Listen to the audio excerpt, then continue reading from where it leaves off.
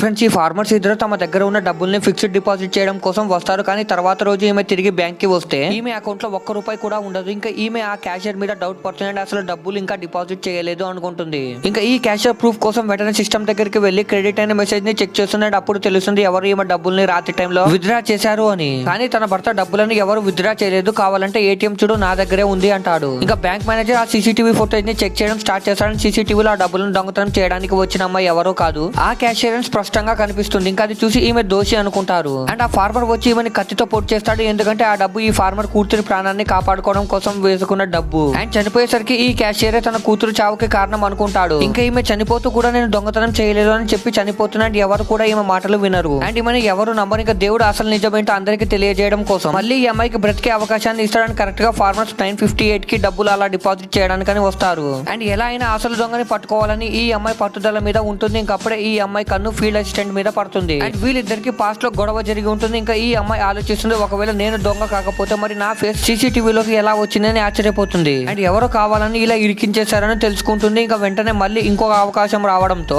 ఈసారి చాలా జాగ్రత్తగా చెక్ చేస్తుంది. ఇంకా ఫార్మర్ ముందు ఫీల్డ్ అసిస్టెంట్ దగ్గరికి వచ్చి డబ్బులను డిపాజిట్ చేయమంటే అక్కడ క్యాషియర్ ఉన్నాడు, అక్కడికి వెళ్ళండి అని చెప్తుంది. ఇంకా ఈ అమ్మాయి కూడా క్యాష్ ని డిపాజిట్ చేస్తే కానీ డబ్బులు ఎవరు తీశారో చెప్పలేమని మనీని డిపాజిట్ చేస్తుంది. అండ్ అప్పుడే ఏం జరిగిందో చూసే ముందు మీకు ఈ డబ్బుల కంటే మీ అమ్మ ప్రేమ గొప్పదని భావిస్తే వీడియోని లైక్ చేసి ఛానల్ ని సబ్స్క్రైబ్ చేసుకొని కమెంట్ లో లవ్ యూ మా అని టైప్ చేయండి. చివరికి ఈ అమ్మాయి డిపాజిట్ తర్వాత ఏం జరిగిందో తెలియాలంటే పార్ట్ 2 అని కామెంట్ చేయండి.